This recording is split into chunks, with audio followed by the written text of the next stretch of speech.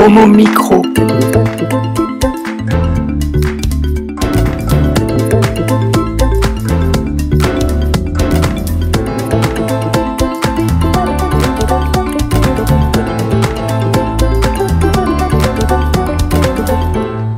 Bonsoir à tous, merci de rejoindre l'émission qui se prend Homo. Ravi de vous retrouver avec autour de moi une nouvelle équipe de chroniqueurs pour assurer la 4e émission de la rentrée. Alors, pour les petits nouveaux, il y a une petite surprise, mais je préfère la garder pour la fin. Le meilleur, on va dire, pour la fin. C'est un revenant, Thomas, qui s'est absenté depuis... Bonsoir Brahim, bon bonsoir mois, à tous, tout à fait. C'est ma rentrée Ouais. ce soir avec vous ici. C'est un vrai plaisir de vous retrouver. Un mal pour un bien, c'est ta chronique. Un mal pour un bien, tout à fait. Le meilleur pour la fin, comme tu l'as dit. C'est le meilleur pour la fin, Le donc en meilleur, fait, tout à fait. effectivement. Et alors, le thème de ta chronique, c'est quoi ce soir ? Le thème, quelle vitamine pour affronter les températures qui baissent ? Ah, je sais qu'un certain nombre d'entre nous prennent énormément de vitamines. Ils nous le diront peut-être tout à l'heure pendant ta chronique. Devant toi, à tes côtés, Ronan, celui qui est souvent de mauvaise humeur. Et ce soir, il va nous dire pourquoi. Bonsoir, mais pas souvent, tout le temps, Brahim, de mauvaise humeur. Vous allez voir, ce soir, je m'attaque à du lourd, la différence d'âge. Ah, et pourquoi tu me regardes en disant ça ? Non, mais ne vois aucune... C'est vrai, tu as... 17 Quel âge ans. Quel âge as-tu, non ? 25, 24 25, non mais dis donc. Non 24. 24, moi j'ai 24. 53. C'est vrai qu'il y a une énorme différence d'âge. Voilà, mais c'est pas grave. Bien, c'est pas grave. Donc il y a un petit message à nous passer déjà là. Non, pas du tout. Tout de suite, voilà, on peut rien dire. Il a pratiquement le même âge que moi, mais il ne le fait pas. Eric Brulin, non. J'ai le même Bonsoir. âge que ton profil Grindr en fait. Oui, ah oui, c'est. C'est-à-dire 29, 30 à peu près. Ouais, à une époque, je disais que j'avais 33 ans, mais depuis, j'ai gommé tout ça et j'assume mon âge aujourd'hui. 53 et j'aurai 54 en décembre. Oh mon Dieu, c'est dur. Avant de présenter une petite nouvelle, je voudrais donner la parole à notre amie Isabelle. Bonsoir Isabelle. Bonsoir Brahim, bonsoir à tous. Côté Écoute, musique, qu'est-ce que tu nous as programmé ? ce soir, on écoutera Jessie Reyes et Temetan. Voilà. Je connais pas du tout, Tu connais rarement en fait, Brahim. mais je découvre et j'apprends avec toi. Je connais rarement ce que tu présentes et tu proposes, mais après je finis par découvrir et connaître. Oui. Alors Isabelle, tu as souvent été seule parmi nous, ça manquait de filles, on en avait un certain nombre qui nous ont rejoints, qui ont assuré des chroniques, elles viennent, elles ne viennent pas. Et une nouvelle ce soir, elle s'appelle Victoria, elle est là grâce à toi ce soir. Merci Isabelle, donc tu vas enfin être vue grâce à notre ami Daniel qui filme, parce que maintenant on peut te montrer ? Mais non. Non ? Ah ! Tu préfères rester anonyme dans ce domaine. est une voix. Voilà, c'est ça, j'ai dit que je restais la voix. Bien. Victoria, bonsoir. Bonsoir Brahim, bonsoir Isabelle et bonsoir toute l'équipe d'Homo Micro. Ouais, on est vraiment ravis de t'accueillir pour cette première ce soir. Filmer, ça ne te dérange pas ? Non, pas du tout. Daniel qui est en face, qui filme très très bien d'ailleurs. De toute façon, t'as pas Hein le choix. Pour YouTube. Alors Isabelle qui me dit il va falloir que tu te mettes en face du micro, c'est Plus normal. en face Donc, du micro. il est orange, on l'a réservé spécialement pour toi. Je J'aimerais que tu te promets présentes un un peu, Victoria, qui Oui. tu es. Alors moi je travaille comme chef de projet pour une ONG sud-africaine Oui. qui s'appelle The Global Interfaith Network for People of All Sexes, Sexual Orientations, Gender Identities and Expressions. On a perdu la moitié Et- des Parisiens, là, je crois. Et pour le faire court, on travaille à l'international sur l'inclusion des droits LGBTI dans la religion. Oui. Voilà, donc ma chronique, ça sera un peu sur une présentation des droits LGBT en Afrique du Sud, entre progression et contradiction. Alors Homo Micro l'international, c'est le titre de la chronique. Vous serez en tandem avec Michael Cousin que tu connais. Absolument, ouais, absolument. Qui vient la semaine prochaine, je crois. Effectivement, Tu m'as dit, donc ouais. vous assurez donc une fois par mois le tandem. Merci, ravi. Merci à toi. De t'accueillir vraiment et on est vraiment très très heureux. C'était l'anniversaire de Isabelle la semaine dernière. C'était mardi, je crois. C'est ça. Ouais, et on lui a pas souhaité un joyeux anniversaire. Si, moi j'ai eu l'occasion de communiquer avec elle virtuellement. Vous le saviez tous ? Et ben non. Moi, je l'ai appris tout à l'heure, mais bon anniversaire. Merci, mais enfin, c'était pas non plus un événement interplanétaire, donc ça n'a pas été annoncé dans les médias. Si, bon, on va l'inviter à prendre un verre juste après l'émission. Merci de rester avec nous. Homo Micro, l'émission qui se prend homo. Alors Victoria, et donc ce soir, c'est ta première chronique. Tu voulais nous parler de la situation des droits LGBT en Afrique du Sud, n'est-ce pas? Alors, juste une petite rectification. J'étais déjà venue il y a 2 ans Oui. pour parler de la PMA avec SOS Homophobie. Et là, c'est le retour en parlant un peu plus à l'international, Ouais. on va dire. Voilà. Et je vais vous parler un peu de notre organisation et du travail qu'on fait en Afrique du Sud, plus particulièrement. Ouais. Et alors, le thème de ta chronique ce soir, donc tu vas démarrer par quoi?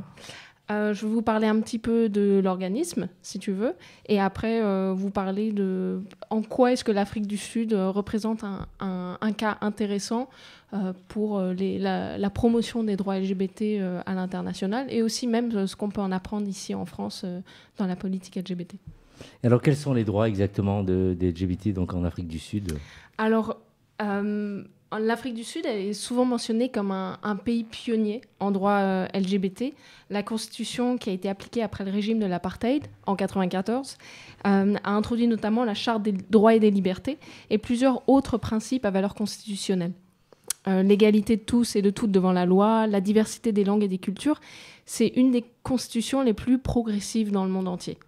Et en plus, en termes de droits LGBTI, le pays a des lois extrêmement protectrices, les plus protectrices de tout le continent africain notamment. La constitution post-apartheid a été la première dans le monde à rendre illégale la discrimination basée sur l'orientation sexuelle. Et le pays a été le 5e pays au monde, le premier et encore le seul sur le continent africain à légaliser le mariage pour les couples de même sexe en 2006. Et les couples de même sexe ont également le droit d'adopter ensemble et pour les couples de femmes de poursuivre des procédures de PMA. En plus, le gouvernement permet aux personnes trans de changer de nom sur les papiers d'état civil. Par contre, et c'est ça dont je voulais parler ce soir, ce pays montre des contradictions assez fortes dans ce positionnement. D'abord, si le gouvernement sud-africain s'affiche très pro-LGBT sur la scène internationale, c'est un petit peu plus ambigu et même contradictoire quand on regarde un petit peu en détail. Par exemple, à l'ONU, l'Afrique du Sud n'a pas toujours voté en faveur de décisions concernant la communauté LGBT. Par exemple, l'Afrique du Sud a refusé de soutenir une résolution présentée par la France au Conseil de sécurité de l'ONU en 2008 qui appelait à protéger les personnes homosexuelles contre les violences. Et récemment, les positionnements du gouvernement n'ont pas toujours été les mêmes entre l'ONU à New York et l'ONU à Genève. Et c'est quand même assez incroyable. Et ça, c'est vraiment dû aux personnes en charge dans ces deux capitales qui n'ont pas le même avis personnel sur la question LGBT. Et alors, sur le terrain, au niveau national, comment ça se passe exactement ? Alors, je voulais juste faire une petite précision. Je voulais juste dire que je ne suis pas venue ici pour attaquer particulièrement l'Afrique du Sud. C'est vraiment pas du tout le but de la chronique de ce soir. Je souhaitais juste parler de ça pour relever le besoin de continuer à faire pression sur les gouvernements pour faire avancer les droits humains et notamment les droits LGBT. Et c'est le cas pour tous les gouvernements. On a besoin d'une société civile forte, on a besoin des médias, on a besoin de recherche et d'une population qui fait avancer les choses en permanence. Voilà. Et sur le terrain, donc ? Alors, il y a encore énormément de violence et de discrimination contre les personnes LGBT et surtout contre les femmes lesbiennes noires de milieux défavorisés. Il y a un exemple vraiment atroce qui est celui des cas de viol correctif qui ciblent particulièrement les lesbiennes car elles sont vues comme des menaces à l'autorité masculine traditionnelle. Et dans tout ça, le gouvernement est souvent accusé de rien dire face à ces actes atroces. Et de manière encore plus générale, le gouvernement est souvent accusé de ne rien dire face à des discours homophobes qui sont tenus par des personnalités politiques ou religieuses. Et ça, c'est un point très important, c'est que la population sud-africaine est très religieuse. Une grande majorité de la population fait partie d'une communauté religieuse, surtout chrétienne. Et dans notre travail, on entend très fréquemment parler d'homophobie et de transphobie venant des représentants religieux qui diffusent un peu ces propos homophobes et transphobes à travers leur communauté. Et pourquoi ? Eh bien parce que la question LGBT est perçue comme quelque chose qui vient de l'étranger, souvent est perçue comme venant des États-Unis, qui serait soutenue par une classe politique corrompue et qui serait anti-chrétien parce que donner place à la communauté, ça ferait baisser le taux de natalité et donc les chances de survie de l'espèce humaine sur le long terme. Et cette opposition et cette contradiction permanente, on la voit partout. J'ai eu la chance d'assister à la Pride de Soweto le mois dernier, qui s'est déroulée dans un des parcs les plus connus de ce quartier, qui était réservé aux personnes noires pendant l'apartheid. Et les militants et les militantes étaient heureux et même surpris du fait que la Pride se passe dans ce quartier qui est très conservateur et très religieux et où des actes homophobes et transphobes se déroulent de manière assez quotidienne, je vais dire. Oui. Et c'est ce qu'on observe, c'est que dans ce pays qui est le plus avancé juridiquement parlant, la capitale économique du continent, le symbole de la démocratie et du progrès sur le continent africain et même dans le monde entier, de profondes discriminations et violences persistent et restent totalement invisibles et très peu relayées par les médias. Alors, comment on peut expliquer qu'un pays aussi avancé, comme tu disais, juridiquement, ça reste quand même un pays à la traîne et sur beaucoup de plans en réalité, en fait. Comment on peut expliquer ça? Et puis, c'est vraiment une situation très complexe et je ne vais pas prétendre répondre à tout ça en 2 minutes ce soir, mais quand on parle de discrimination et violence LGBTI, on est vraiment à l'intersection de notions de patriarcat, de misogynie, d'homophobie, de transphobie, de racisme et d'exclusion économique, qui sont institutionnalisées dans les systèmes politiques, sociaux, religieux et économiques. Si l'Afrique, par exemple, si l'Afrique du Sud ne vote pas toujours en faveur de la question LGBTI à l'ONU, c'est parce que c'est dans un cadre, c'est à cause d'accords d'échange économiques qui sont établis avec d'autres pays du continent africain. Et si on prend l'exemple du continent africain, beaucoup de pays sont très en retard sur les droits LGBT, voire même très homophobes et transphobes, et refuseraient des accords économiques avec un pays qui est lui-même perçu comme très progressiste. Et dans le cas des viols correctifs, qui touchent particulièrement les femmes noires de milieux sociaux défavorisés, comme je l'ai dit tout à l'heure, ça révèle le lien entre misogynie, patriarcat, racisme et exclusion économique. Et on observe vraiment en Afrique du Sud un profond racisme qui persiste après des décennies et des siècles de colonisation, d'abord par les Néerlandais et ensuite par les Britanniques, où aujourd'hui les Blancs demeurent encore et toujours plus privilégiés et où la violence contre les personnes noires reste très ancrée. Et il se passe encore des histoires atroces comme par exemple cette année, un homme qui a été enterré vivant, un homme noir enterré vivant par 2 hommes parce qu'il se promenait sur une ferme qui appartenait à une famille de blancs. Donc c'est vraiment une violence très profonde et très ancrée. Et comment peut-on faire pour faire évoluer les situations et qui peut agir exactement? Si ces violences et ces discriminations demeurent très profondes, on observe également une très forte société civile en Afrique du Sud qui n'hésite pas à parler haut et fort et à poursuivre de nombreuses actions, y compris auprès des médias et du gouvernement. Et cette société civile est faite d'organismes et d'ONG sud-africaines et internationales qui mènent le combat de front depuis de nombreuses années. Et ce qu'on observe aussi, c'est que le dialogue entre différents groupes est crucial. Dans mon travail au sein de l'ONG, ce qu'on essaie de promouvoir, c'est le dialogue interreligieux entre progressistes et conservateurs. Et le dialogue entre groupes et communautés qui jusqu'à présent ne sont pas beaucoup parlés, et pour essayer de créer des liens entre eux et elles. L'Afrique du Sud est un exemple très fort d'un pays où des groupes qui se sont fait la guerre pendant des décennies ont suivi une procédure de réconciliation qui a été mise en place par Nelson Mandela et son parti à la fin du régime de l'apartheid. Et c'est intéressant parce qu'on voit de telles phases de réconciliation dans très peu de pays. Et en plus de mettre en place des cadres juridiques anti-discrimination, ça a vraiment permis de retisser les liens entre individus et entre groupes de personnes. Et donc l'avancement juridique est crucial et l'avancée sociale l'est également. Et celle-ci repose énormément sur le rôle de la société civile. Et ce rôle doit continuer et perdurer. La société civile, la liberté d'expression et d'action représentent des éléments clés pour faire avancer les mœurs et faire progresser les normes sociales. C'est fou parce que de France, on ne voit pas tous ces problèmes. On est loin de tout ça. Je te voyais être souvent d'accord avec ce que nous disait Victoria, Eric. Et en fait, ce que tu disais m'a refait penser à un roman qui a été adapté à la fois au théâtre et au cinéma de Coetzee qui s'appelle Disgrace, dans lequel il est effectivement question de viol correctif, comme je disais. Enfin, c'est une histoire très lourde. Et moi, j'avais découvert beaucoup de ce que tu viens d'expliquer en voyant cette pièce. Et je suis marqué, en fait, par le fait que dans certains pays, la société avance plus vite que la politique. Et c'est en général le cas des sociétés occidentales où la politique rattrape son retard en votant des lois alors que tout le monde est d'accord avec le principe. Je ne parle pas de la PMA, mais je pourrais. Et là, on est dans un cas radicalement différent, finalement, où la société, alors je ne vais pas dire qu'elle est en retard, mais elle n'est pas synchronisée forcément avec l'avancée qui a été très rapide. Absolument. Et on voit que c'est compliqué aussi pour d'autres raisons. Mais non, c'était très très intéressant, je trouve, la façon dont tu l'as abordé. Thomas, une réaction? C'est vrai qu'on voit souvent des décalages, soit la politique en avance, soit la société en avance, mais c'est vrai que dans beaucoup de pays, c'est pas forcément harmonieux, soit l'un est en avance par rapport à l'autre, et ça c'est intéressant, même dans nos pays, c'est pas parce qu'une loi est votée, parce que c'est fait, que c'est dans les textes, que forcément ça sera adopté dans les mœurs et dans la population en général. Il y a encore beaucoup à avancer pour faire avancer les choses dans ce domaine. Victoria, tu voyages beaucoup donc dans le cadre de ton travail. Oui, pas mal. Ouais. On pourrait parfois avoir des interventions téléphoniques et des témoignages où ça peut avec être grand compliqué. plaisir, avec des associations locales. Oui, avec grand plaisir. Ton prochain sujet le mois prochain? Oula, je vais y réfléchir un petit peu. Peut-être un petit peu plus, on va parler un peu plus de l'ONU, peut-être ce qui s'y passe et comment ça se déroule, les bagarres politiques et tout ça. Ça pourrait être intéressant. Merci, tu restes avec nous pour la suite de l'émission? Avec plaisir. Isabelle, qu'est-ce que tu penses de la voix? Tout est bien, c'est bien passé, techniquement, tout va bien? C'est parfait, je suis ravie. Merci Victoria. Homo Micro, l'émission qui se prend homo. Et la chronique qui suit, c'est Vivons gaiement avec Éric Brulin. Alors Éric, un sujet difficile aujourd'hui encore dans Vivons gaiement.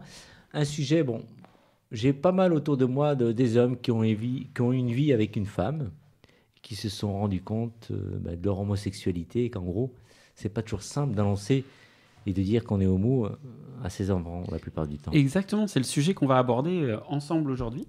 Comment faire son coming out auprès de ses propres enfants, alors qu'on soit séparé ou encore en couple, si on a des attirances homosexuelles ou une vie homosexuelle en parallèle, il est important effectivement de pouvoir en parler avec ses enfants. Et donc il faut vraiment en parler avec ses enfants sans crainte, sans rien? Oui, pour une bonne et simple raison, c'est que si vous ne leur en parlez pas, il y a de fortes probabilités pour que eux l'apprennent par un autre biais, par quelqu'un d'autre, et cette personne ne sera pas forcément habile et pas forcément bienveillante non plus. Donc il est préférable pour eux, comme pour vous, que vous ayez cette discussion avec eux. Alors s'ils sont assez âgés, ils vont prendre ça comme une preuve de confiance. S'ils sont plus jeunes, ils réaliseront peut-être un peu plus tard que vous les avez traités comme des adultes, mais dans tous les cas, c'est un dialogue positif que vous allez avoir avec eux. Alors, tu as évoqué ton cas, Brahim. Je ne sais pas si autour de nous, alors peut-être pas avec vos enfants, mais je ne sais pas si vous avez été amené à parler d'homosexualité avec des enfants. Mes amis chroniqueurs et chroniqueuses aujourd'hui, Isabelle, en régie. Avec des enfants. Moi, ça m'est arrivé aussi, même avec des enfants, des nièces et des neveux, effectivement. C'est pas simple. C'est assez violent et en gros, on ne sait jamais comment s'y prendre. Et le premier retour qu'on a de la plupart des enfants, c'est qu'ils sont un peu, ils comprennent pas. Et on a beau à leur expliquer, donc on a affaire à un mur la plupart du temps. C'est ça qui est dommage. Moi, j'en ai parlé à mes neveux et nièces. Et c'est rigolo parce que avec ma compagne, on leur a dit pour nous. Et on s'attendait à des réactions ultra négatives. On avait peur, en fait, de leurs réactions. Et puis, c'est passé comme une lettre à la poste. Et ils ont fait « Ah, oui, d'accord ». Et puis un gros câlin, et puis voilà, on passe à autre chose, on va manger le goûter, quoi. C'était assez agréable par rapport à des réactions d'adultes.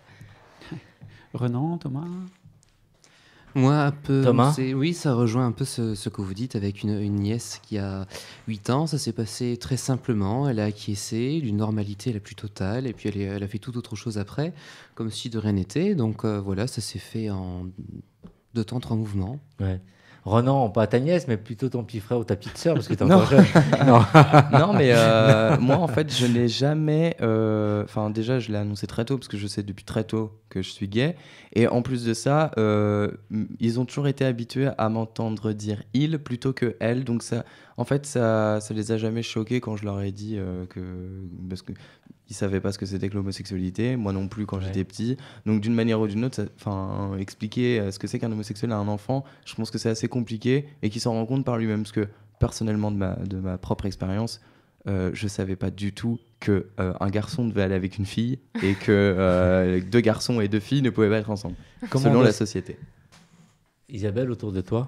Moi, j'en ai pas parlé explicitement, mais je me souviens d'une fois où je parlais avec une amie, il y avait son petit garçon de 5-6 ans à côté, et je parlais avec cette amie d'une histoire que je commençais avec une fille, donc très clairement, je parlais d'une fille. Et après, elle m'a raconté que son petit garçon était venu le voir en disant « mais elles vont se marier alors ?» Et il trouvait ça super mignon. Enfin, sans qu'on lui en ait jamais parlé, pour lui, c'était tout à fait logique que potentiellement, on se marie. Et voilà. Donc ça n'est pas arrivé, mais... Comment doit-on s'y prendre alors ? Moi j'aime bien déjà vos remarques parce qu'en fait elles montrent que souvent on sous-estime la capacité des enfants à comprendre ce genre de choses et à les accepter. Parfois ils les acceptent plus facilement que les adultes. Alors néanmoins, je pense que comme pour tout coming out, parce que là on parle quand même d'un sujet un petit peu plus complexe puisqu'il s'agit de vos propres enfants. Donc il est important quand même de choisir le bon moment, le moment opportun, c'est-à-dire le moment opportun pour eux, un moment où ils sont réceptifs, potentiellement attentifs, parce qu'ils vont peut-être vous poser des questions qui les tracassent, donc il faut leur laisser cette place, le temps qu'ils puissent poser ces questions qui éventuellement les tracassent. Et le moment, il doit être opportun pour vous aussi, parce que si vous êtes trop nerveux, si vous n'êtes pas assez serein, eh bien, vous n'allez pas non plus les rassurer, vous allez véhiculer une image qui pourrait être négative.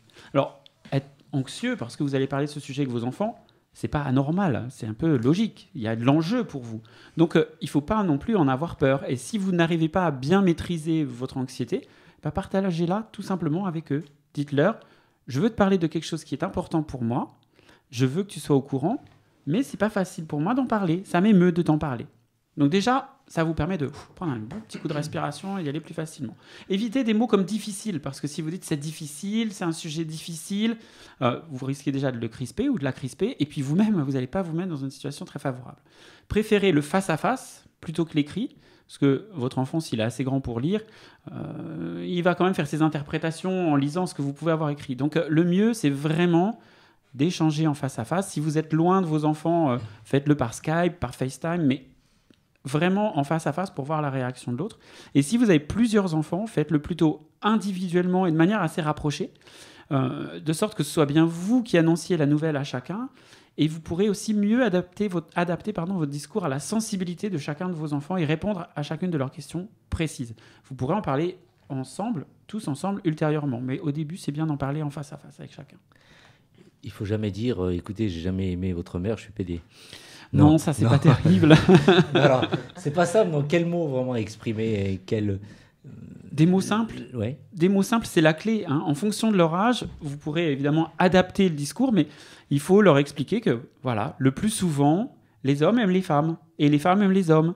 Mais il y a aussi des hommes qui sont amoureux d'autres hommes et des femmes qui sont amoureuses d'autres femmes.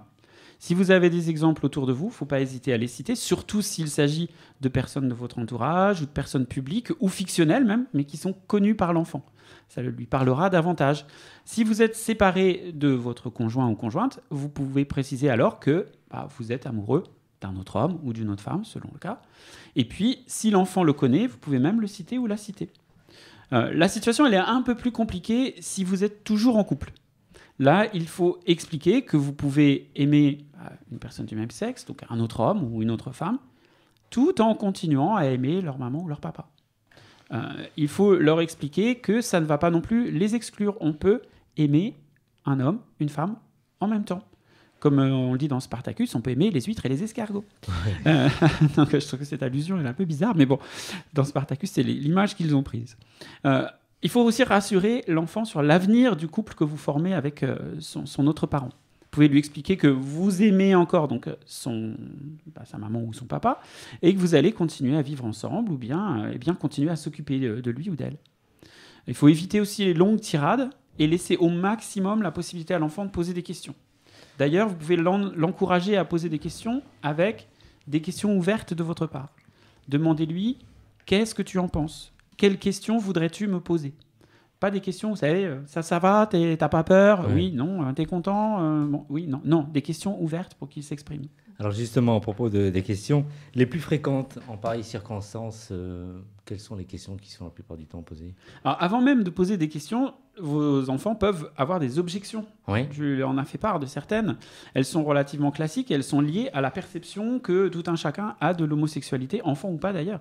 Un enfant, par contre, va peut-être les aborder de manière plus radicale, plus directe qu'un adulte. Il va peut-être vous sortir un « c'est pas normal » ou bien « c'est pas bien », on peut pas aimer un autre homme ou une autre femme, c'est pas possible. Alors, l'idée, c'est pas de donner une leçon de philo à votre enfant, hein. Vous n'allez pas lui faire la morale, etc. Non, restez toujours simple. Redites-lui, il y a des hommes qui sont amoureux de femmes, des femmes qui sont amoureuses d'hommes, et des hommes qui sont amoureux des hommes, et des femmes amoureuses de femmes. Et d'ailleurs, ils peuvent se marier. Il y en a qui vivent ensemble, normalement, comme les autres. Ils forment des couples comme les autres. Et il se peut aussi que votre enfant poursuive par « Ah bah, ils peuvent pas avoir d'enfants si c'est deux messieurs. » Alors, faites-lui remarquer que si vous êtes son papa, vous avez déjà un enfant, c'est lui ou elle, et que vous êtes très heureux d'avoir cet enfant. Expliquez-lui que des couples de femmes et de garçons peuvent aussi avoir des enfants, et par exemple des enfants adoptés. Alors, il se peut qu'il ait des craintes et qu'il vous dise « Oh, c'est pas marrant, je vais avoir 2 papas ou 2 mamans. » Alors, là, vous pouvez le rassurer en lui disant que aujourd'hui, il a un papa, une maman, et ses 2 parents l'aiment. Mais il aura aussi autour de lui d'autres personnes importantes dans sa vie, comme le nouvel ami ou la nouvelle amie de maman, le nouvel ami ou le nouvel ami de papa.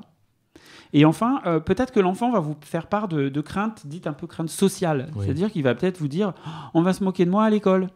Alors là aussi, il faut le rassurer. Dites-lui que vous allez en parler avec ses enseignants ou le directeur ou la directrice de l'école pour que personne ne l'embête. Et puis, si vous constatez au niveau de l'enseignement ou de l'école où se trouve votre enfant qui a des réticences, n'hésitez pas à bien expliquer les choses sur qui va venir chercher l'enfant à l'école, oui. etc., pour pas qu'il y ait de problème.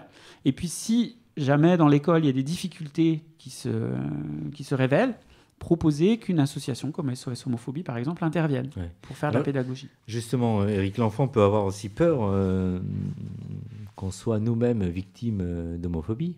Ça peut arriver, effectivement, surtout s'il a entendu parler d'agression homophobe. Dans ce cas-là, il faudra déjà le remercier de penser à vous.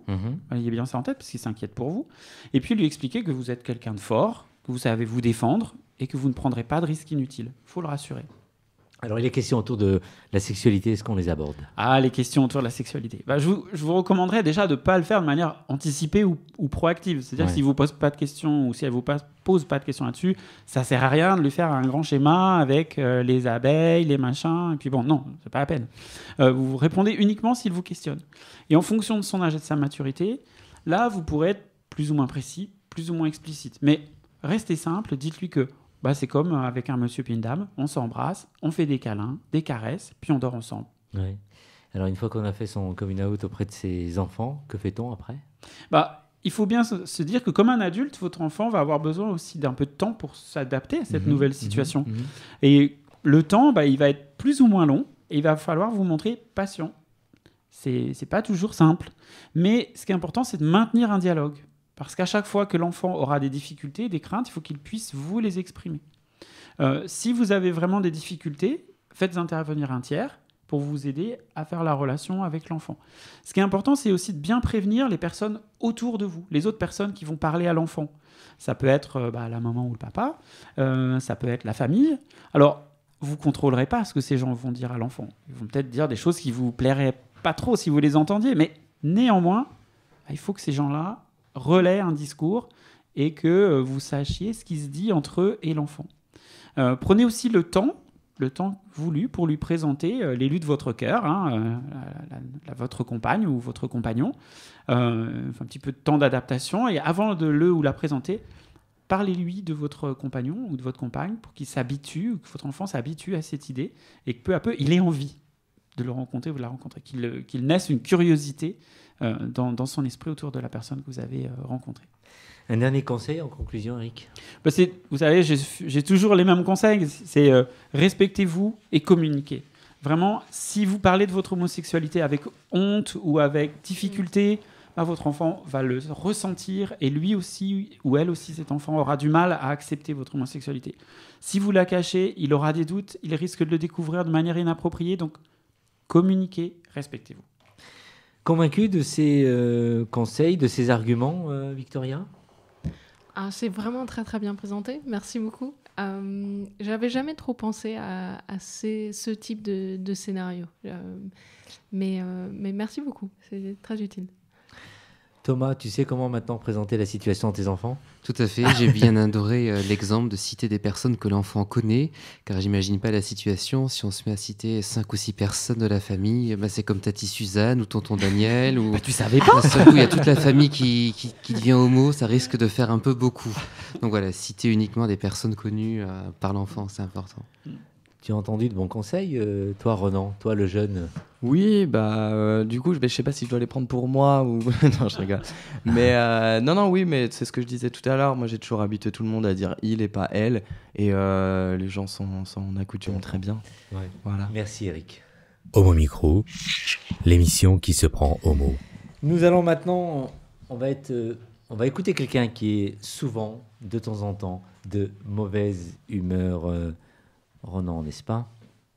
Eh oui, tout à fait. Souvent de mauvaise humeur, comme le dirait Jeanne Moreau. Et toi, tu te permets d'avoir des mouvements de mauvaise humeur? Eh ben oui, je me permets d'avoir des mouvements de mauvaise humeur. Et vous le seriez, vous aussi, de mauvaise humeur, si vous saviez ce qui m'est encore arrivé cette semaine. Mais qu'est-ce qui t'est arrivé exactement encore? Alors, est-ce qu'on vous a déjà donné l'excuse de l'âge pour vous refuser un rencard? Moi, souvent. Souvent? Ouais, souvent. Eric? Sûrement, oui, Oui. je m'en souviens plus. Oui, c'est ça, oui, mytho. C'est tellement loin. Mytho. Victoria? Non, pas trop. Ah, pas trop. Eh ben moi, c'est ce qui m'est arrivé cette semaine. Tu Je as vous oublié, raconte. Il voulait réagir aussi. Ah pardon, Thomas. excuse-moi. Il oublie Thomas. Moi, souvent, je me sens comme ça, je donne l'excuse de l'âge. Je dis non, ça va pas le faire. Bravo, cette chronique est pour toi. Eh ben je vous raconte moi ce qui m'est arrivé cette semaine. Je sors avec des amis pour boire un verre, sans alcool, hein, bien entendu, vous me connaissez. Ah. Et je vois de loin un garçon plutôt charmant qui me regarde. Donc je lui souris, ce qui le pousse à venir à ma rencontre. On se présente et on commence à discuter. Un peu dans notre coin, vous savez. Et là vient la question de l'âge. Je lui réponds que j'ai 24 ans et je vois ses yeux sortir de leurs orbites. Et pas l'inverse, je vous rassure.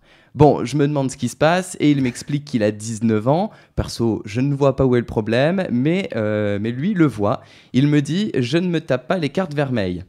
Ma réaction, ça a été de tenter un petit rire forcé pour détendre l'atmosphère, genre... Voilà, à ses yeux, je me suis senti comme un vieux pot de yaourt qui avait dépassé sa date limite de consommation. Non mais, c'est quoi? Je suis déjà fini? Enfin, je veux dire, c'est quoi le plus important, l'âge ou le physique? Non mais franchement, regardez-moi, on dirait que j'ai 17 ans. D'habitude, c'est l'inverse en plus. C'est mes plans cul qui me demandent ma carte d'identité pour pas finir en garde à vue. Alors restez sur cette idée, merde! L'âge, pour moi, vous l'aurez deviné, c'est le sujet qui fâche. Alors, Brahim, je pense que tu ne me diras pas le contraire. Ah. Et puis, il y en a d'autres aussi qui m'énervent. Comme ces nanas, là, vous savez, qui participent aux reines du shopping sur la 6. T'as quel âge, dis-moi? 37. D'accord. Et toi? Je sais pas, je te laisse deviner. J'adore jouer à ce jeu-là. Bah, moi, j'aime pas du tout. Alors, arrêtez avec votre jeu qui... Je vous le dis entre nous, hein, emmerde tout le monde. Alors encore, quand vous la donnez tout de suite, la réponse, ça peut donner un moment drôle, et encore, faut le dire vite. Mais quand vous en faites trop, là, c'est carrément chiant. Et elles en rajoutent en Voilà, plus. c'est très bien, bah non. Non. Attends, j'adore. Non, tu peux monter la barre. 40? Tu peux monter. Encore? Eh oui, fais monter la sauce, c'est tellement drôle. 42? Tu peux monter. 43? Tu peux monter. Bon, les filles, ça va encore durer longtemps, votre truc? Non, parce que si elle a 57 ans, on n'est pas rendu. Hein. Ça devient la reine des invendus, là, en fait. Allez, dernière, ultime tentative, madame. 45? Ouais, 45. Ah, bah ça y est, elle a enfin accouché, tout ça pour ça, en plus. Bon, bah merci de m'avoir fait perdre mon temps avec vos conneries. Et puis, t'as aussi les gens comme moi qui font pas leur âge. Donc, personnellement, quand on me dit ça, j'esquisse un petit merci, poli, mais à côté, c'est le 14 juillet dans mon slip, je vous le jure. Et t'en as, ils ont besoin de rajouter ça. C'est juste compliqué pour moi. Attends, c'est juste compliqué pour toi. Bah, à part si t'es mineur et que tu peux pas rentrer en boîte, je vois pas comment ça peut être dérangeant. Alors, à moi, à chaque fois qu'on me sort cette vieille excuse vasouillarde dans ma tête, ça donne ça. Stupidité, S-T-U-P-I-D-I-T-E.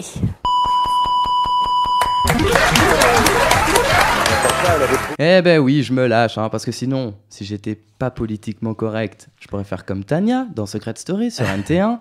Je te fais un gros fuck.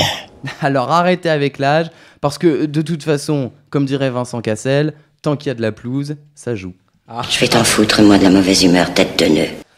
Bien, c'est intéressant, mais bon, il a 19 ans, donc c'est vrai qu'on sort un peu vraiment de l'adolescence, c'est encore quelqu'un qui se cherche, peut-être qu'il ne s'assume pas complètement, même s'il y a 5 ans de différence, on peut comprendre un peu sa réticence et de se dire, mais finalement, il est trop grand pour moi. Je ne sais pas, autour de cette table, c'est vrai que c'est un sujet intéressant, ça aurait pu même faire le thème d'une de tes chroniques. Tu crois pas si bien dire, parce que dans 15 jours, je vais vous parler des couples atypiques. Et dedans, on parlera des couples qui ont une différence d'âge, notamment. Et alors, justement, un commentaire autour de cette table avant de faire réagir encore une fois Ronan. C'est vrai, 19, 25, peut-être que le jeune était simplement réticent un peu et des craintes, avec des peurs, peut-être avoir affaire à un garçon en face de lui qui est assez expérimenté, pardon. Je ne sais pas, Ça fait peur, Brahim. peut-être, non? C'est un sketch, donc je ne connais pas cette Ouais. personne. Voilà. C'était juste pour lancer le débat. Et si toi, tu devais rencontrer quelqu'un qui était beaucoup plus vieux que toi et qui t'interpellait, tu répondrais quoi? Franchement, ça dépend de l'âge. Je sais qu'il y a des hommes très charmants qui ont 40 ans. Après, c'est sûr qu'on n'a pas la même mentalité, parce que je suis encore un enfant. Mais voilà, moi, ça dépend vraiment du physique. Ouais. L'âge chez les homos-garçons, ça pose réellement un problème. Moi, ça m'a posé souvent des problèmes. Maintenant, je guéris de tout ça. Mais c'est un phénomène, hein. On n'aime pas vieillir. Tu n'as jamais rencontré ça, toi, Thomas? Non, parce que comme les faits, je n'ai pas d'âge, donc je ne vieillis pas, je ne bouge pas, je ne bouge plus. Arrive un âge, voilà. Les filles, l'âge chez vous, donc c'est moins un problème? Je sais pas, j'ai l'impression qu'on Victoria? en parle peut-être un peu moins, Ouais. qu'on se concentre un peu moins là-dessus. Après, c'est des grosses généralités, c'est difficile de dire. Mais tu parlais beaucoup du physique, et pour toi, le physique, c'est ce qui est important. Je me dis, si on rencontre quelqu'un qui a 10 ans de plus que nous, et qui en est à peu près là où on est dans la vie, et on a beaucoup de choses à partager, pourquoi s'arrêter à une différence d'âge? Ouais. Oui, parce que finalement, le physique, oui, ça, c'est très important pour moi, mais c'est surtout aussi l'âge mental, et c'est pour ça que concrètement, 19-24, si on a tous les deux 22, pourquoi pas? C'est la même chose. Isabelle, un commentaire? Écoute, moi je viens d'arriver à un âge que j'ai absolument pas envie d'avoir, donc Comme moi. Mais il faut Voilà. faire le deuil de tout ça. Il faut se faire psychanalyser. oui, mais ça je le fais aussi. J'ai de bonnes adresses. Ah bon, très bien. On a peut-être le même médecin. Écoute, j'allais dire j'espère pas, Ouais. mais Merci, Mais Ronan. je crois que c'est comme tout, si on l'accepte bien, cet âge. Ouais. On est rayonnant, quel que soit l'âge. Et du Effectivement. coup, quelqu'un de rayonnant devient quelqu'un de très séduisant et d'attirant. Ouais. Donc, peu importe l'âge, finalement. C'était un sketch. Ah oui, tout est vraiment inventé. fort, Hein. ouais. D'accord, Ouais. mais ton rêve, ce serait de rencontrer quelqu'un de 19 ans. Non, du tout. Non. Non. Moi, mon rêve, déjà, c'est de rencontrer quelqu'un tout court. Ah. Après, on en reparle. Bien, tu peux passer une annonce. C'est quoi ton type de garçon? J'ai pas de type. Non. Non, franchement, alors là, moi, du moment qu'il est gentil. Enfin, gentil, sympa, quoi. Tu as rencontré Rick Garnier, le chroniqueur qui fait des chroniques livres. Il est en vacances, il revient dans 8 semaines. Non. Je n'aime pas lire, donc je ne sais pas si nous nous entendrons. Ah, bon, il écoute les émissions de là où il est, en fait. Bonjour. Merci, Ronan. Homo Micro, l'émission qui se prend homo. Un bien pour un mal, complément alimentaire pour cette reprise, Et Thomas. oui, tout à fait, Brahim, car avec les températures qui baissent, il arrive que l'on se sente plus faible, moins en forme, plus vulnérable aux infections. On peut alors être tenté de courir vers toutes sortes de compléments alimentaires. S'ajoute au froid la fatigue, le stress, qui sont autant de raisons qui peuvent nous pousser à avoir recours aux compléments alimentaires pour l'automne et l'hiver. D'autant plus que les Français sont les champions en la matière. Les derniers chiffres nous montrent qu'un adulte sur 5 en consomme régulièrement. Mais ces petites gélules doivent être utilisées à bon escient. Alors je vous propose, si vous êtes d'accord, de voir ensemble ce sujet ce soir. Vous êtes d'accord? Oui. De toute façon, vous n'avez pas le choix. Donc on va passer à la première question, Brahim. Alors, comment savoir si on a vraiment besoin de ces compléments alimentaires et est-ce qu'ils ont un réel impact? Alors, on en a tous besoin de toutes les vitamines, tous les jours, toute l'année. Qu'il pleuve, qu'il vente, qu'il neige, prendre des compléments alimentaires riches en vitamines, par contre, n'est pas indispensable pour être en forme, c'est une idée reçue. Si vous avez une alimentation équilibrée, que vous dormez bien et que vous faites du sport, il n'est pas nécessaire de se supplémenter. Pour revenir à ta question, Brahim, pour savoir si vous en avez besoin, il est conseillé de faire le point avec son médecin ou son pharmacien. Il n'est pas au plus vraiment utile de faire une prise de sang tant que le bilan est bien réalisé. Cela permet un peu de s'orienter vers les vitamines ou les oligo-éléments dont votre corps a besoin. Mais alors Thomas, d'où vient cette tendance à vouloir faire une cure en automne ou en hiver? Eh bien, c'est aussi une idée reçue. Vous pourriez très bien avoir besoin d'une cure de vitamines en été, par exemple. Bon, c'est vrai qu'il y a peut-être une explication toute simple à ce phénomène. L'été, on fait plus attention à ce que l'on mange, on consomme plus de fruits, de légumes frais, on fait plus de sport, et subitement à la rentrée, on se met à manger mal et monotone, on bouge moins, on s'empâte, Brahim. L'hiver arrive et l'hygiène de vie est moins bonne, donc le système immunitaire s'affaiblit. C'est à ce moment-là que les infections d'ailleurs apparaissent. Les compléments alimentaires sont nécessaires dans certains cas, par exemple pour certaines pathologies ou si vous fumez ou si vous avez aussi la main lourde en happy hour. Pareil, si vous êtes vegan pur, il faut systématiquement des compléments. Alors du coup, quel complément alimentaire pour quels besoins? Il existe toutes sortes de compléments alimentaires sous diverses formes. L'idéal est de privilégier les oligo-éléments comme le magnésium, le fer, le zinc, le cuivre. On les trouve dans les poissons, les œufs, les légumineuses. La vitamine D renforce le système immunitaire, tandis que la vitamine B est indispensable pour une bonne détox. Il ne faut pas non plus négliger les protéines animales, bourrées entre autres de vitamine A, qui renforce l'immunité. Bien sûr, les basiques, la vitamine D, le calcium et la vitamine C. Alors, en parlant de vitamine C, c'est toujours la star de l'hiver, Thomas? Et oui, un peu comme Maria Carey, star un jour, star toujours. Et c'est pas pour rien, la vitamine C n'a pas d'équivalent aujourd'hui pour stimuler nos défenses. Elle représente donc une excellente aide pour lutter contre les infections. On ne sait pas forcément, mais la vitamine C est aussi particulièrement conseillée aux fumeurs. Alors pourquoi ça? Parce que le tabac contribue à détruire en quelque sorte la vitamine. Du coup, les fumeurs sont souvent très carencés. Alors, où est-ce qu'on trouve la vitamine C dans l'alimentation? Déjà, vous vous en doutez, dans les fruits, les agrumes, le kiwi, mais pas que. Il y en a aussi beaucoup dans les légumes ou les condiments, comme par exemple le persil, le chou ou encore les poivrons. Ouais. Donc ne pas se limiter qu'aux fruits. Alors moi, on m'a toujours dit que pour les vitamines, l'excès n'est pas toujours bon aussi. Exact, aucun domaine n'est épargné par ça, même en termes de vitamines. Ce qui est vrai, c'est que les compléments en gélules sont très précieux pour compenser des carences alimentaires, mais uniquement en cas de malbouffe. Ils deviennent inutiles, voire même dans certains cas déconseillés si les apports quotidiens en nutriments sont suffisants. Pourtant, seulement 5% des gens interrogés disent en consommer pour rééquilibrer leur alimentation. Le reste serait tout bonnement superflu. L'autre point inquiétant concerne l'automédication. Les compléments alimentaires sont conseillés par un professionnel de santé seulement la moitié du temps. Le reste correspond à de l'automédication, pratique assez dangereuse, surtout pour les fumeurs. Alors justement... Quels sont les risques particuliers pour les fumeurs? Un exemple typique, c'est les compléments à base de bêta-carotène qu'on prend en été, vous savez, pour bronzer plus vite et préparer sa peau.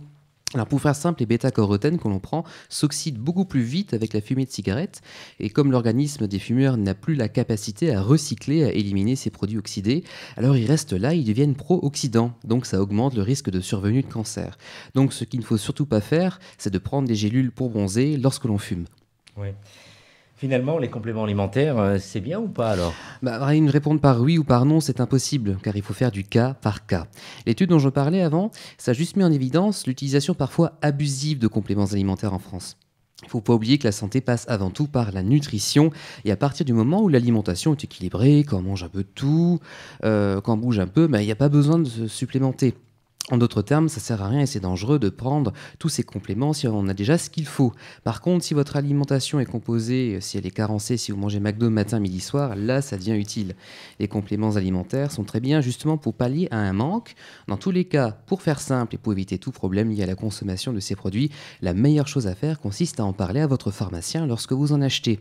Faites le point avec lui sur vos habitudes alimentaires. Les professionnels de santé sauront vous dire si oui, là, ça vous fera du bien d'en prendre, ou si non, au contraire, c'est tout bonnement inutile. Et ça vous évitera tout problème et ça vous fera des économies.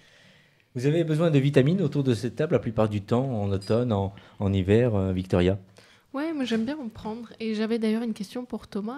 En plus de toutes ces vitamines, qu'est-ce que vous pensez de ces régimes détox qu'on voit partout, dans tous les magazines, qui nous disent de boire des jus à longueur de journée? Alors, dans les régimes détox, c'est un peu à boire et à manger. Il faut pas... C'est le cas de le dire. Voilà, c'est le cas de le dire. Il ne faut pas que ça devienne une religion, ne faire que ça.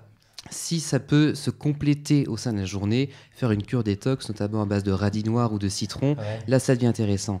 Mais se limiter à des jus, là, au contraire, ça entraîne une carence, surtout si on fait ça pendant plusieurs jours. Donc, détox, oui, mais avec tact et mesure. Besoin de vitamines, toi, le sportif, Eric? Je sais pas, moi, je fais un peu de détox, comme tu l'évoquais, tous les matins, un peu de citron, gingembre et curcuma. Ouais. Le guarana aussi, c'est assez intéressant pour développer l'organisme et notamment l'immunité. Isabelle, tu es vitaminée? Non. Je suis vitaminée naturellement. Sinon, non, je ne fais pas, mais je crois que je devrais. Ouais. Qu'est-ce que tu peux lui conseiller, Isabelle, qui assure la réalisation, la technique de l'émission au micro et qui travaille par ailleurs en dehors de la radio, bien sûr. Quel type de vitamine Bah là, avec la lumière un peu blanche, je conseille un peu de tout parce que ça fait un teint assez blafard. D'accord, donc là, j'ai c'est une pas- sale gueule, faut que je prenne des vitamines. C'est pas évident, non, mais plus sérieusement, c'est mieux de. Voilà, il faut pas se hasarder à donner comme ça des conseils un peu rapides. Prends ci, prends ça. Il faut vraiment se prendre le temps de dire qu'est-ce que tu manges, qu'est-ce que tu fais, c'est quoi ton planning, et vraiment adapter. Voilà, il te faudrait ça, il te faudrait ça. Il faut se prendre le temps de se poser, d'en parler. Ça se fait pas de manière hâtive. Et pour le monsieur qui filme, là, qui est en permanence avec sa petite caméra. Souriant et Daniel. avec l'œil vif, il a l'air en bonne santé. Je ne Ouais. vois pas de vitamines en plus à ajouter. Bien. Et toi, le jeune qui a 24 ans? Ah bah non. Eh ben justement, t'as tout dit, le jeune qui a 24 ans. Voilà. Pas besoin. Pas besoin. Eric, tu voulais réagir? Moi, ta chronique, elle me faisait penser aussi à. Je pense que vous avez tous vu ça dans les magasins où on vend des petites pilules sous sachet, là où c'est écrit devenez hétéro pendant 1 heure, passez un bon week-end avec Ouais. votre femme. Et je trouve que ça, c'est des suppléments qu'on devrait inventer, en fait, Ouais. qui seraient rigolos parce que ça nous permettrait de changer un petit peu de personnalité, de modifier un Ouais. petit peu notre quotidien. Oui, mais par contre, ça, c'est plutôt pour le côté fun, là. Complètement, Voilà, complètement. Il y a aussi Homophobiol qui est en c'est vente, vrai qui marche très bien. Un matin, un soir, pendant une semaine, c'est très efficace. marche bien. Ah, ça marche Ça bien. marche bien. Ouais. J'ai peut-être choqué les filles, mais j'espère que non. Il paraît que le Attention, ça s'appelle une question à la Brahim. Préparez-vous. Le spermatozoïde, c'est très bon pour la santé. Tu pourrais nous en faire une chronique prochainement? Non. Promis, j'en ferai une, promis. Je testerai d'abord et je ferai une chronique. Ah oui. Alors, Ronan? moi, ce que je peux vous dire, c'est que c'est très bon pour la peau. Voilà. Ah oui? Ah oui. Parce Ouais. que tu en as besoin. C'est très bon pour la peau. C'est un loisir. Ah, bien. Merci. Merci. Thomas. Homo Micro, l'émission qui se prend au mot. Victoria, tu avais fait effectivement une intervention à Homo Micro pour parler PMA. PMA. Qu'est-ce que tu penses aujourd'hui du gouvernement et même du chef de l'État qui a tendance un peu à reculer face à la GPA? Ah, face à la GPA. Ouais. Ah, je m'attendais pas à celle-là. Je m'attendais à une question sur la PMA. J'ai l'impression quand même qu'on est beaucoup plus près sur la PMA que sur la GPA en France. Si ça en tenait qu'à moi, je serais pour la GPA. Je pense que la population est prête. Les sondages le disent. On en parlait la semaine dernière, c'est vrai. Les couples essayent de le faire, vont à l'étranger pour le faire, se mettent dans des situations compliquées pour le faire. Donc je pense que le gouvernement a besoin de suivre. Je vous parlais un petit peu de religion tout à l'heure. Oui. Et je pense qu'il y a vraiment il y a un couac là. Il y a besoin de parler avec les communautés religieuses. On voit des panneaux absolument atroces dans Paris, dans les villes, sur enfant par PMA égale OGM, comme les OGM. Et c'est vraiment c'est douloureux à voir. Je trouve que on a passé ça et on est prêt à autre chose. Et je pense que le gouvernement a aussi besoin de parler à ces communautés religieuses pour leur dire que maintenant il faut avancer. Ouais. Merci. Ravi pour cette première pour toi. J'espère que tu es bien parmi nous et que tu finiras par revenir le mois prochain. Il y a une super ambiance. Ouais. Je vous remercie beaucoup de m'avoir invité. Merci. Et merci aussi à Isabelle d'avoir eu l'occasion de nous dire, écoute, je connais une fille très intéressante qui pourrait bien rejoindre l'équipe. Donc, bienvenue, vraiment. Eric Brulin, satisfait aussi? On peut demander à Victoria de revenir sans problème. Ah ouais, super. Ouais. Ah ouais. Ronan, bien sûr que oui. Moi, je suis très féministe, donc forcément, oui. Thomas? Je m'attendais à un bisutage un peu plus sévère. Je suis un peu déçu. J'espère que la prochaine fois, ça va être pimenté. La prochaine fois, tu auras les questions de Brahim en direct. Carrément. On va faire intervenir Level 2. Même si techniquement, c'est pas toujours simple. Daniel qui pourrait nous parler un peu de l'émission et de son point de vue comme ça. Tu peux t'approcher techniquement, oui, voilà. Non, c'est une émission très sympa, très dynamique et les sujets sont toujours intéressants. Ouais. Merci. Daniel, la prochaine fois, tu interviendras dans 15 jours. Dans 15 jours, et on parlera de couples atypiques, avec des différences d'âge, Oui. de taille, de tout ce qu'on veut. Bien. Ronan, toi, tu as une chronique autour, tu auras rencontré l'homme de ta vie qui aura 40 ans. Non, faut pas exagérer non plus. Non, je sais pas encore. Je sais pas. Moi, Oui. j'ai écrit toujours ma chronique 2 jours avant l'émission. Donc, oui, je me sens plus inspiré. Bien. Thomas, ton prochain Je sujet. crois que tu as envie que je traite du sperme sur la santé. Est-ce Ouais, que moi, c'est j'aime bon ou pas sincèrement. bon Sincèrement, Voilà, oui. donc je pense, pourquoi pas, Ouais. la surprise, on verra. Bien. Merci d'avoir été à l'écoute. Cette émission se termine. J'ai été ravi de passer 1 heure avec vous. Au revoir Victoria, à très vite. Au revoir, à très vite. Au revoir Eric Brunard. À bientôt. Salut Ronan. Quand on se reverra. À la revoyure, comme on dirait dans le Poitou. À très vite, Thomas. Bonne semaine à tous et à très vite. Merci de nous avoir filmé. Daniel qui reviendra dans quelques semaines. Au revoir Isabelle. Au revoir Brahim, au revoir à tous et toutes. À très vite, au revoir. Homo Micro.